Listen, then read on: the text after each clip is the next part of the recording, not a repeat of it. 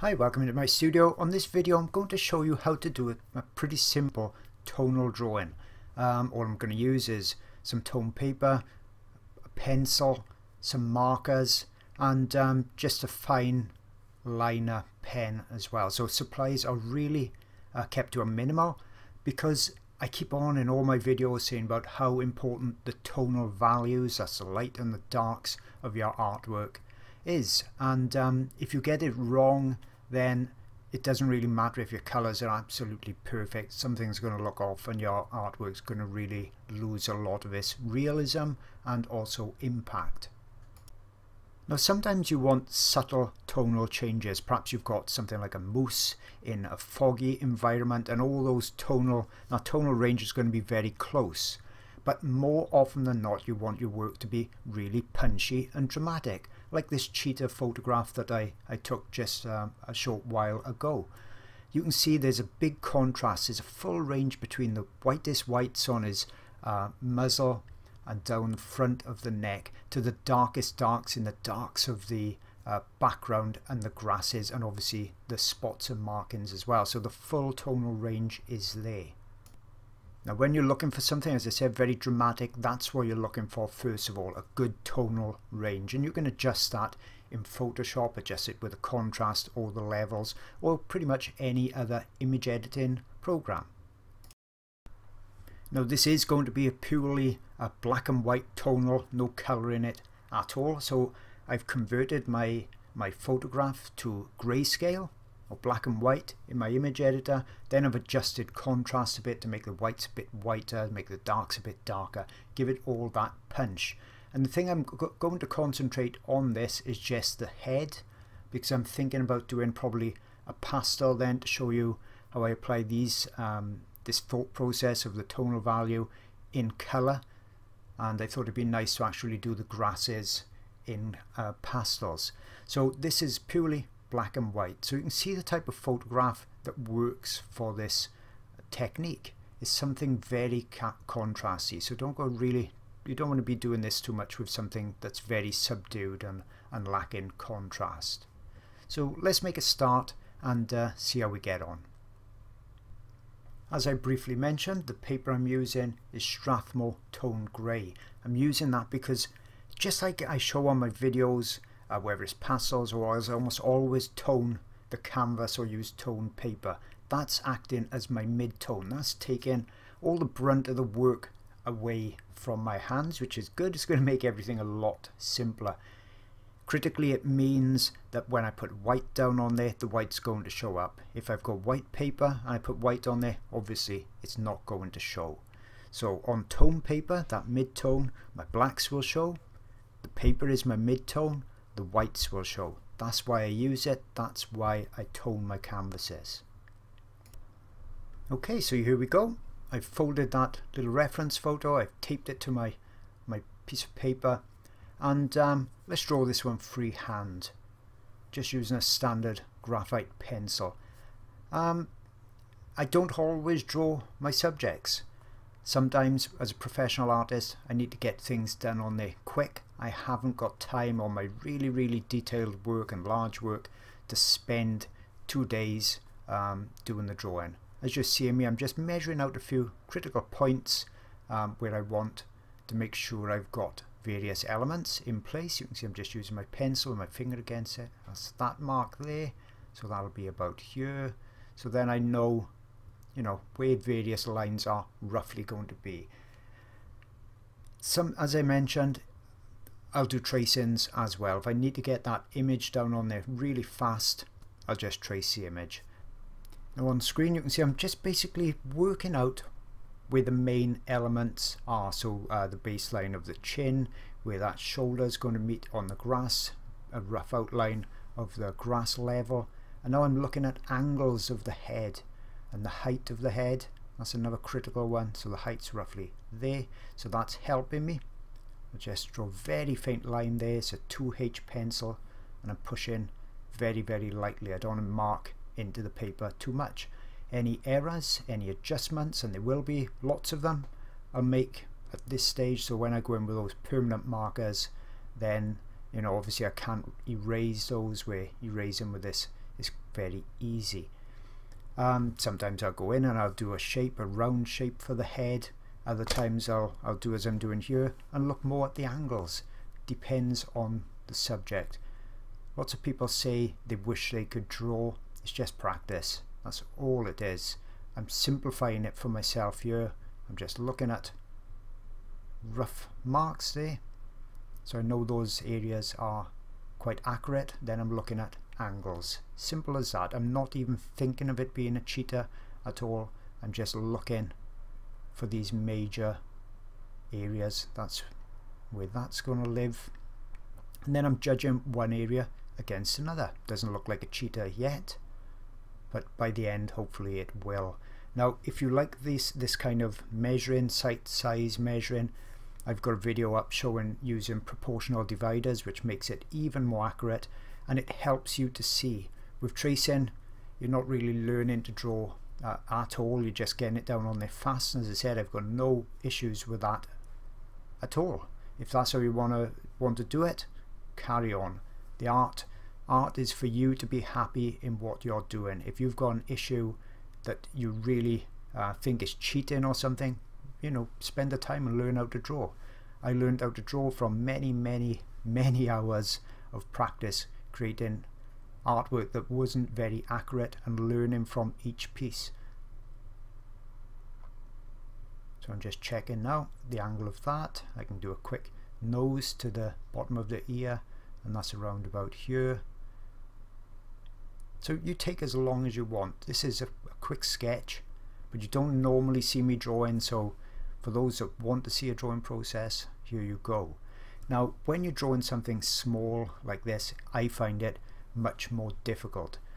The reason behind that is if you make a small error, so say you're 2 millimeters out on the eye position, that's going to show up a lot, and it's going to be a dramatic error. Now if you're doing something that's say 16 inches wide and you're 2 millimeters out on the eye, it makes no difference at all. It's going to be close enough. So if you're practicing, go a little bit larger. Make sure, you know, it's A4 or more to give yourself more of a chance, more of a leeway for any potential slight errors. So don't think drawing small is easier. It's the opposite. Especially when you're doing things like human portraits or animal portraits. Things like eyes, nose needs to be positioned really accurately.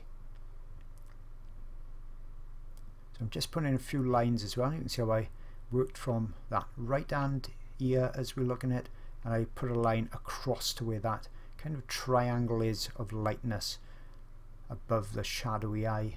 So I'm always comparing one area against the next area. And this would be the same if I was doing a train or a rhino or a landscape or whatever. I take my time over the position of the eye. It's one of the most important parts. I'm just getting in very lightly so far. And you will know almost instantly if you've got that in the right place, because as humans we're looking at faces, whether they're animals or other humans, we're looking at faces all the time, and we instinctively then know the position of eyes and where they should be. And even somebody who's done no art whatsoever, if you've done a drawing and the eye is a bit out of place, you can show them that and they'll know something's wrong. They may not know it's even the eye out of place, but they'll know there's something wrong. So that's a critical area to get correct. I'm just putting in a few small indications of where the major spots are going to be. I'm not going to go worrying about getting all those perfectly accurate. As I said, this is only a sketch, so I'm not going to spend a great deal of time on it. But you do need to make sure the markings kind of follow the underlying bone structure and muscular structure as well. As I mentioned, that's going to give the animal the shape and the form, so we need to, you know, make sure that spots and markings follow that shape. It's not critical where the dots, where the spots actually are. So that's come along quite nicely. Head's the right size, just indicating where that highlight's going to be. Coming down here onto this chest area. Grasses, I can indicate a few.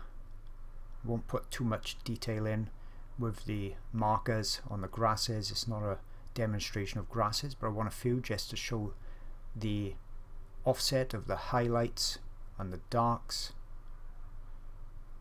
and that places that animal in an environment as well. So just a few more indications of where these markings are going to be.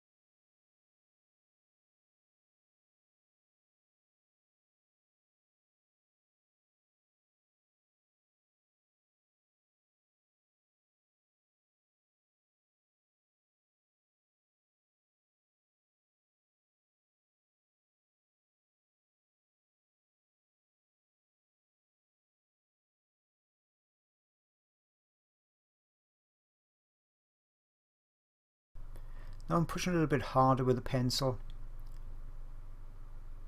Now that I'm confident with the shapes, I can put in a little bit of dark by here as well. We've got a small highlight strip on top of the nose, a bit darker under there. All of this will be covered up with my pens anyway. But the more accurate I've got my pencil drawing, the more confident I'll be when I start to put the pens on top.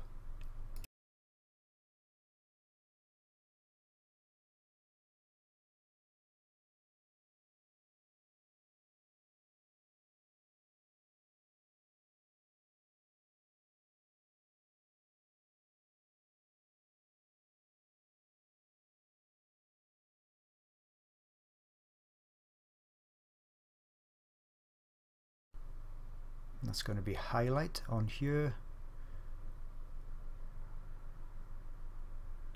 Then we've got a bit dark there. Can't see that far eye.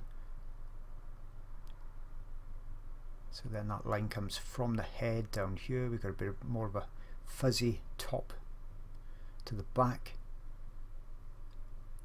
And then I'll start to shape this around. And I'll put in the spots down here as well.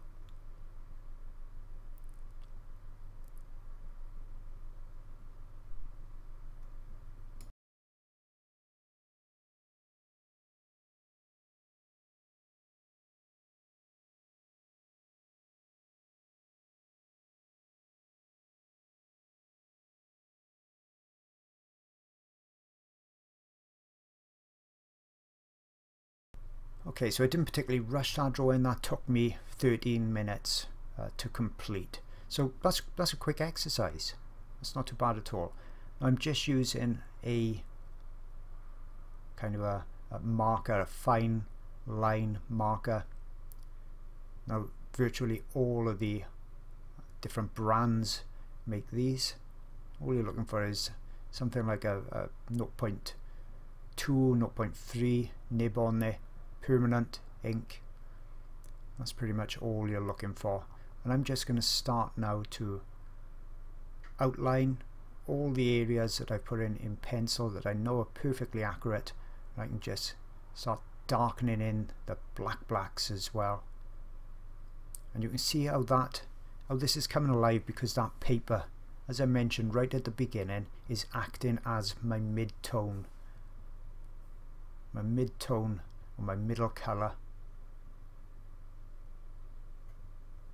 If I was working on white paper, this black would look really stark black, and that can make it difficult then to judge your mid-tones. So don't go skipping the process of toning canvas or toning paper. It's one of the most critical parts, and if you have never done it, I would urge you to do it, because you'll see a massive difference, and I think a really big improvement in your artwork straight away just by doing that one thing.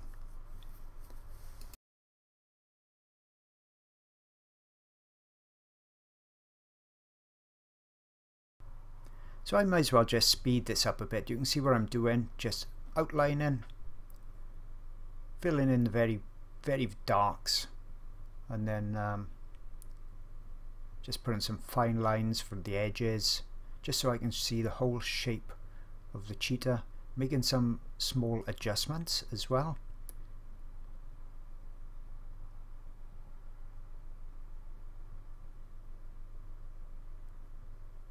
And just putting in little bits of indication of the fur texture also.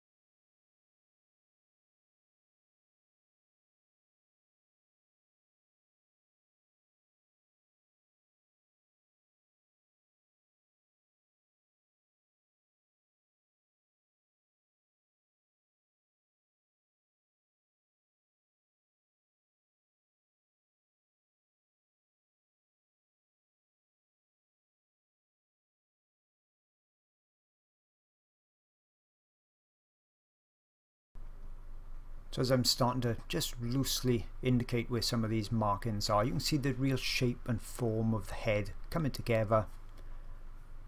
You can do lots and lots of these small pieces. Rather, if you're learning to draw or learning to paint, create art in any way, do lots of little pieces rather than one major large piece. You learn a lot more, much more quickly by doing things like this that only take perhaps an hour. You can do 10 of those then, instead of just one large cheetah in-depth piece, which you may not be happy with at the end. If you've done 10 over 10 hours, you haven't invested a lot of time really into it. If you're doing one piece and it's taken 10 hours, you're investing a lot of time, and people get stressed then that it's got to be right and they can't make a mistake. With this, if I made a mistake this far in, I'm around about 30 minutes in, I can scrumple up the paper, chuck it in the bin, forget about it, and just carry on with the next piece. Next piece, I'll learn even more, and that happens. Don't think for 1 minute that I pick up a pencil, I pick up a pen, and everything just flows correctly from my hand and I haven't got to work at it or think whatsoever. I've got to work at it. I've got to be thinking what I'm doing and concentrating and mindful of where I'm putting my marks. So I've just gone for a thicker pen just to indicate some of these larger markings more quickly. Type of pen is not critical at all, it's just something I saw in my set. If you're interested in this type of drawing, there's a guy you find on YouTube and online, Aaron Blaze. He's the guy behind things like Brother Bear, and I saw him do these tonals probably about a year and a half or even more ago, and he's a real master with it, and you can learn a lot from seeing how he works. He's an absolute expert because he's just put in so much practice drawing every day, and he can work just straight from a coloured reference photo and work out the tonal values in his head and just be chatting along while he's doing live streams and create some beautiful artwork. So that's Aaron Blaze. So if you want to see more of this type of technique, he's certainly the guy to be watching.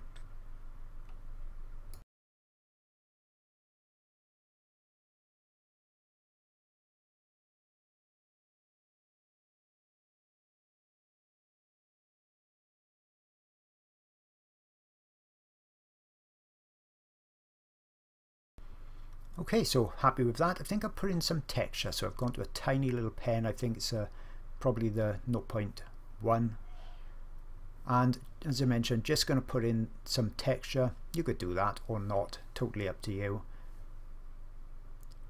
If you're using a ballpoint pen, like a Bic pen, the markers I'm going to be using, the greys, the blacks, when I went on top and I tested this out on a scrap piece of paper, they actually made the marks, the pen marks, a dark blue.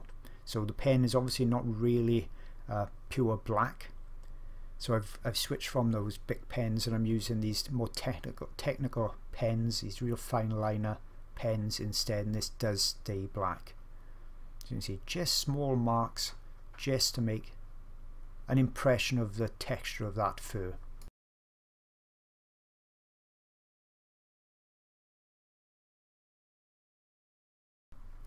Now where it's going to be really light, I'm obviously putting very little marks in there, if any at all, and I'm making sure everything goes in the correct direction, the correct fur direction. I don't want these marks everywhere, and it's just a sketch. The thing I'm really concentrating on is going to be showing you how the lights and darks play off against each other.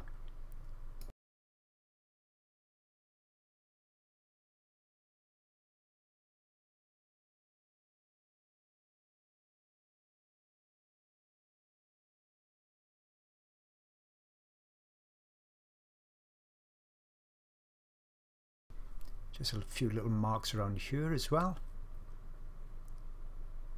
Now you could do these tonals in charcoal. That medium lends itself really nicely, and you could even use this paper on there. You could use just a black and white pastel pencil on pastel mat if you wanted to do it that way. You could use acrylics, gouache, oils.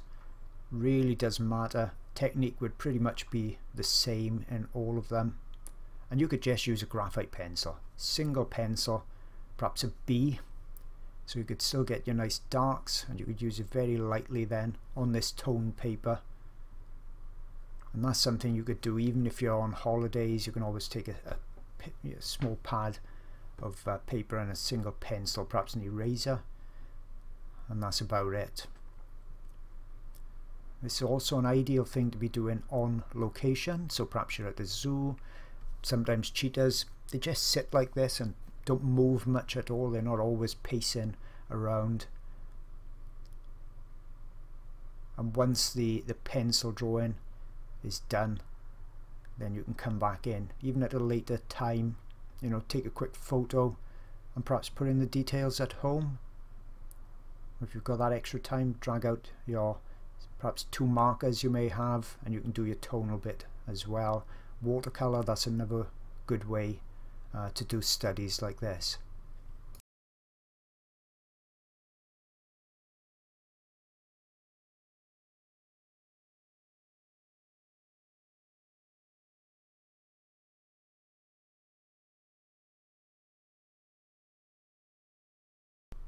Okay, so not a lot. I'm not going to do a lot more on the texturizing part.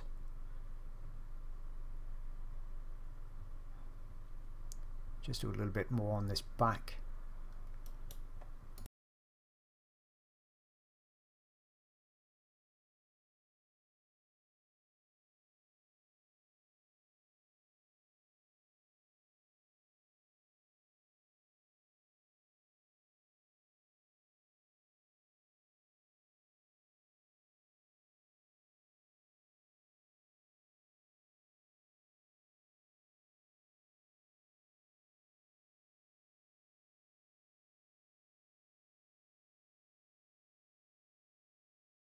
And a few of these grasses as well. I'm not sure how much of this is going to show up, but I'll pop a few.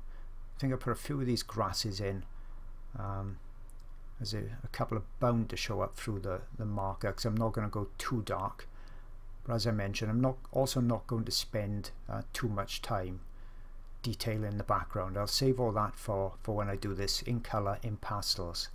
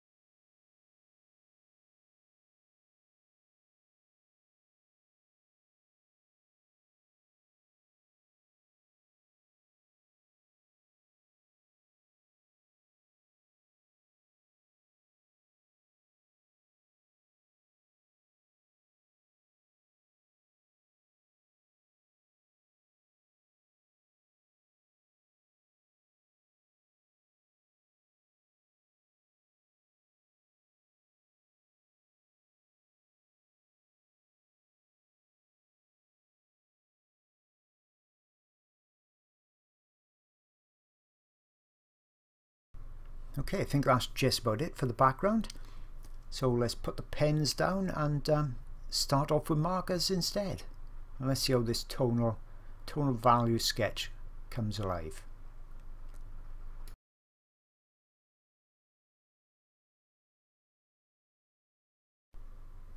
Well, I'm using a marker brand called Spectra marker, and they come in things like cool grey, 90s, and you can get a pack of something like about 6 or 8 colours, from very, very light to almost black, and then they're a very reasonable price, and they're good enough for this type of sketch work.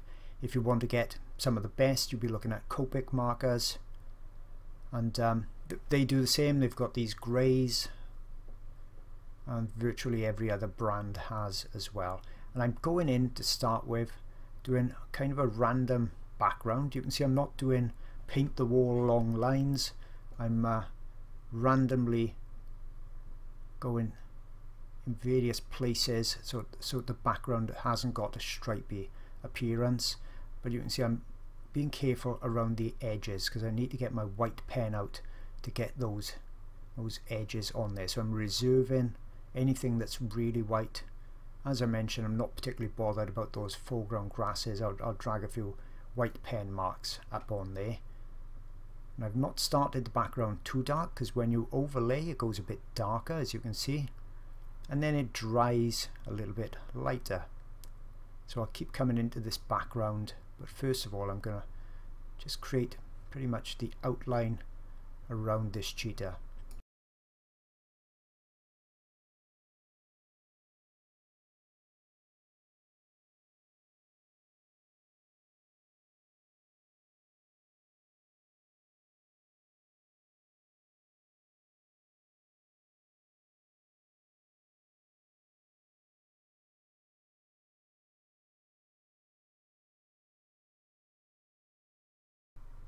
Okay, so that's the first part of the background blocked in. Make a start on the cheetah now. So I'm using one of the lighter pens, and I work, you know, lighter and go in darker and darker. And the pens will dry just a little bit lighter than you're seeing them now. I'm going in the fur direction, even with markers I'm doing it. So that if there's any small gaps in between my strokes, then they're lying in the correct place, or roughly in the right place.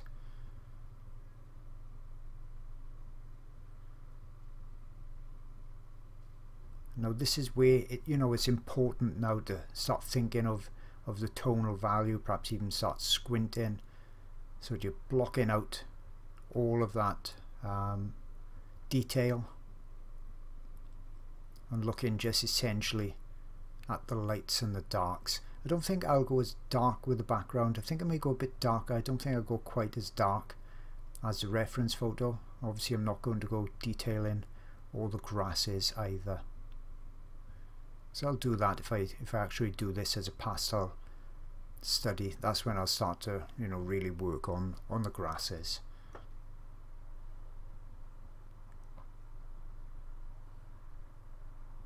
Just picking out here and there where it's just got a small amount of shadowy tone on there.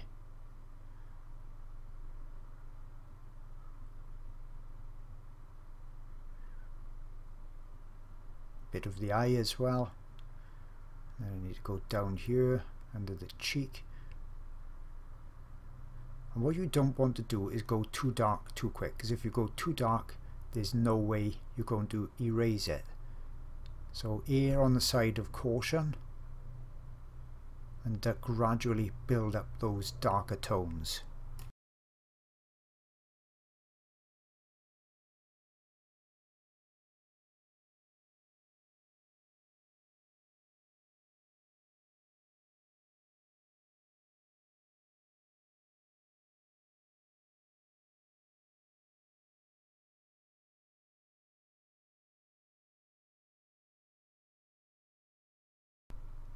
So now you can see it's starting to take shape. It won't really zing until I get those highlights in, but that's the whole point. This is how it's going to look with the mid-tones and the darks that I'm starting, and I'm now coming in with a darker pen again to really put a lot of shadow in place on the body. I've got a few areas on the head as well. This area in particular is quite dark, going over towards this ear. Got a bit of light across the top of the head, so I won't put that there. Darker on this section, a bit dark here. So I'm just looking over the drawing now, looking for those areas to darken. It really is as simple as that, but when I put the highlight on, it'll start to get quite an effective and quick way of doing a tonal study.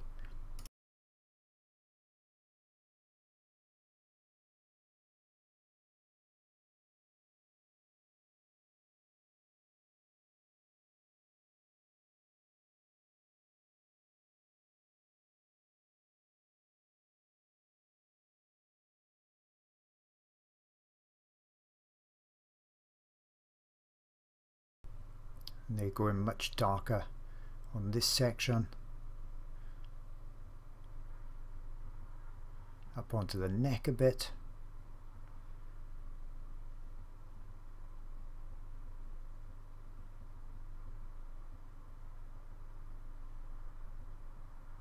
And then even darker still. You can really punch up the shadow areas as much as you want. Obviously the darker the darks are, then the lighter the light areas will be in comparison. So we're going really dark on some of these areas. It's really going to make that light area, when I come in with my white pen, really make those areas stand out a lot more.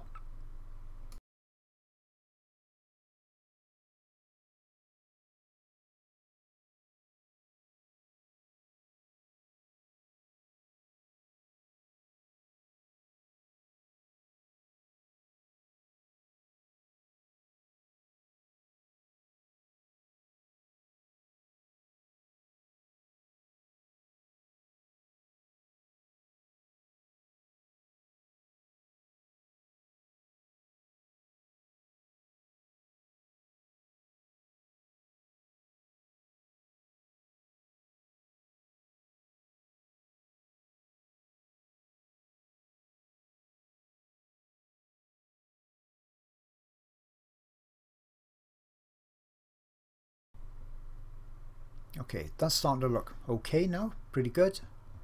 A few areas I could go even darker here. It's surprising when you start darkening areas that you start to see other areas then that need to go even darker still. So I'm just going to put a few of those marks in, darken the eye, and then I'll start to work on the background. I think that does need to go darker as well, just so that white, those highlights I put on the cheetah will stand out quite a bit more. It's not quite dark enough just yet.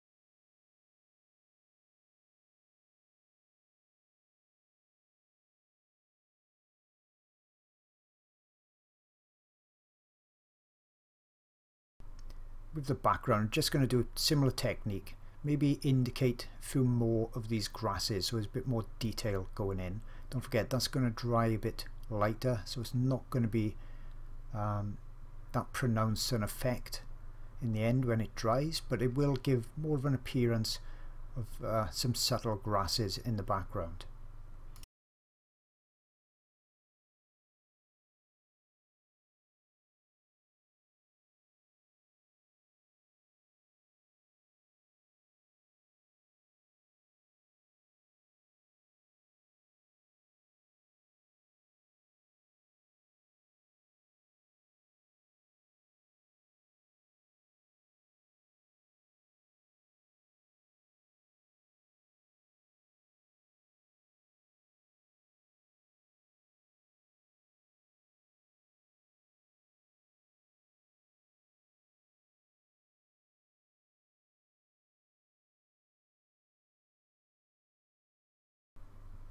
Okay, let's make a start on the whites. I can always come back into some darks if I need to enhance them even further. So I'm just using it's kind of a gel pen, a jelly roll pen is the actual name of it.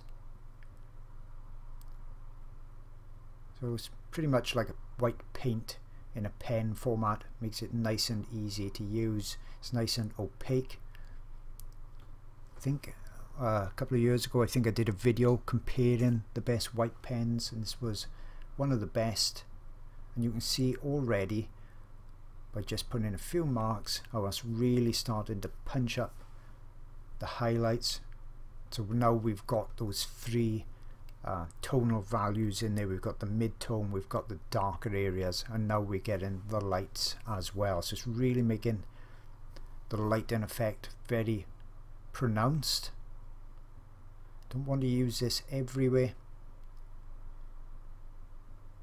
You can see I can even get a bit of fur texture using this pen as well. It's coming out quite fine.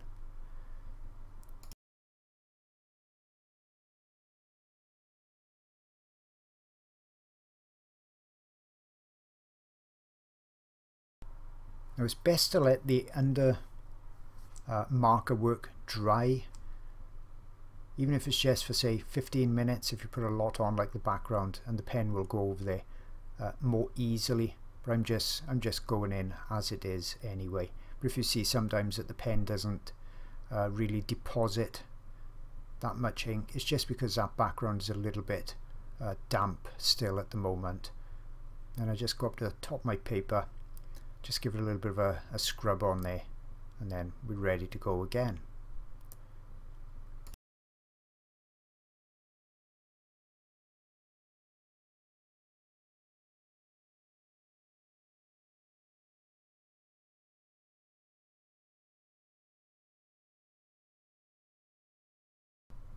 So that's basically all it is with the technique, just starting to pull out the highlights, the indication of the lights.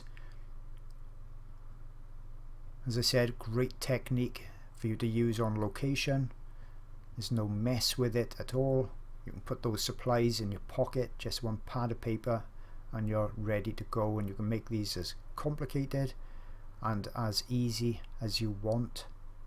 You see I'm just dragging out a few more of the haze. So still using the pen now in that fur direction as always.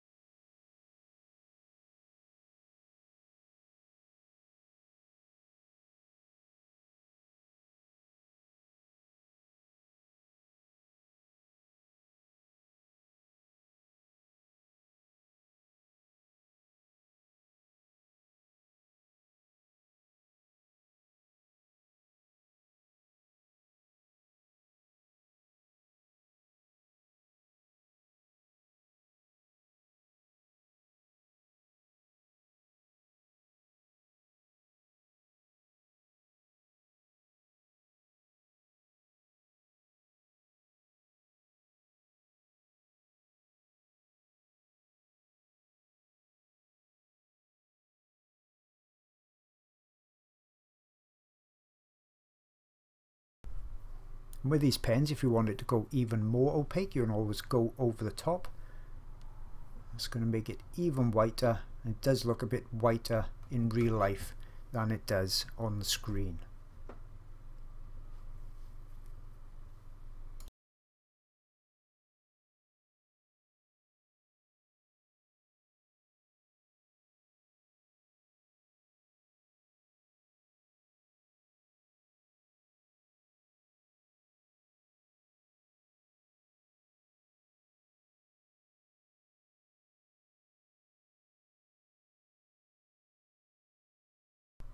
So just a few indications of where the light is picking up on the edges of the grasses. That's just setting the scene really. As I mentioned, I'm not going into any complicated grass work on here. Just going to put in a few of these stray looking strands of grass.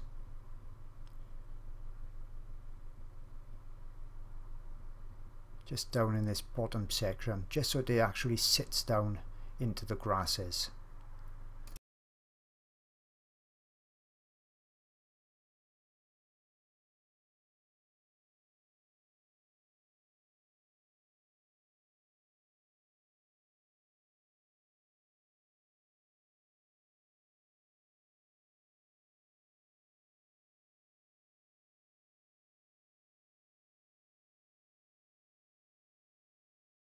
So a few up onto the body, in front of the body, then more onto this bottom area.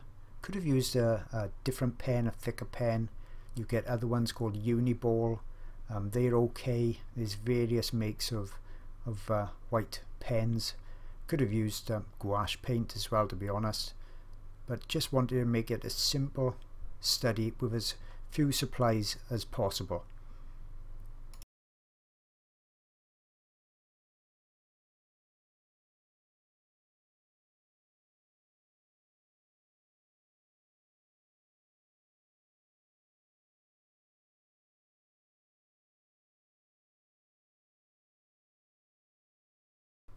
Okay, so I'm just going to darken a few more areas up in the grasses, so basically put a little bit of shadow in.